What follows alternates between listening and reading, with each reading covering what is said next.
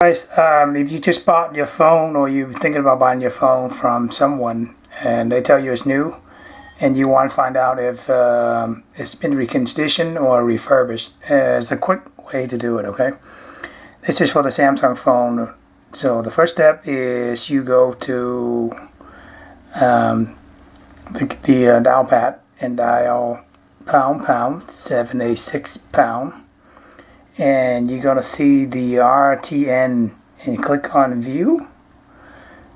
Okay, you're gonna scroll down here. You're gonna see the last time it was reset, and it's right here. It tells you right here. It says reconditioned status no. So that means this phone is a new phone.